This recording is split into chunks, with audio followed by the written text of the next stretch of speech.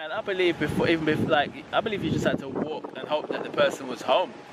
Like, they hadn't gone out onto a field somewhere doing something, you know, with their farmland, you know, which was like acres, you know, and maybe rode your horse, you know, or you walked on foot. You walked on foot till you found them. It's like it might have taken you 4 days to find them, but it didn't matter because you knew nothing of smartphones, you knew nothing of computers, you knew nothing of telephones, you know, you knew nothing of writing a letter and posting it.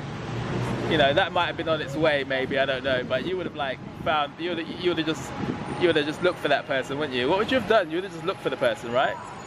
You have no way of contacting them. This is before the postal service. This is before computers. This is before telephones, smartphones, any type of computers. What did you do? You walked around for 4 days until you found them, right? Like, how did it go down, man? When you had to find someone, but they could have been anywhere. But there were no aeroplanes, so they didn't fly anywhere, so they weren't too far. There weren't no cars, so they didn't drive anywhere far, you know what I mean? Like, they would have been around, right?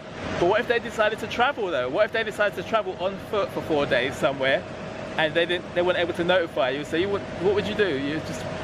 I mean, you guess you just wouldn't see them, right? Or you just kept visiting again until they returned. That's crazy, right?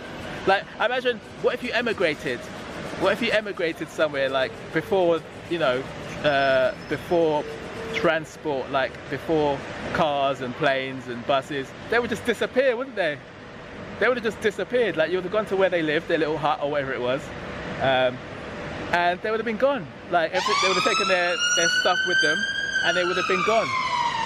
Like, how did that work? That's quite fascinating. How did that work when someone decided they wanted to move somewhere else? How did they get around? Like, but I suppose, would you say that they travelled less?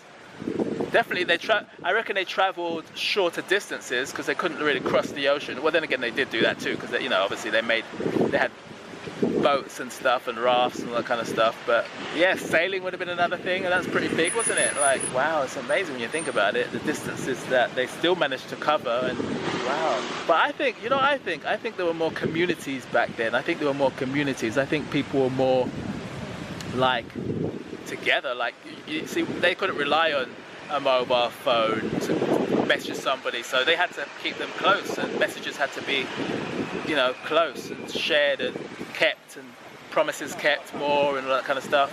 I imagine that they kept together more, they kept in their circles more, because obviously if they did separate, they would have got lost and no means of contacting each other. No cell phone, no, can't get back home and email them and say, sorry, I missed you, or whatever. Even if they didn't have a phone, they would have had email now, right? They would have had some kind of access to the person through a computer, or even write a letter and post it with you know, the Queen's head stamped on it, you know. But not even that existed. So smoke signals, yeah. Or send out the birds, you know, the birds, carrier pigeons and stuff. I wonder how far back that goes. It's amazing. I'd love to take a trip back in time just to see how communications work. Just a comms exercise, just to see how communications worked in the early hundreds and stuff, you know? Wow, that'd be interesting. Like, let's say 1600s.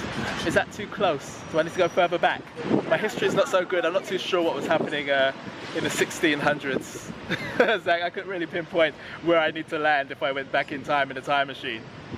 I'll probably do a bit of research though in 2018 and see what was going on at that time in history, and then pick from there with the, you know, with that information. I'd base it on that. I think a lot of people would struggle with the 1600s though, wouldn't you? Like, from now, you know, even the greatest historian I think would struggle with the, you know, facts facts and real time frames of things.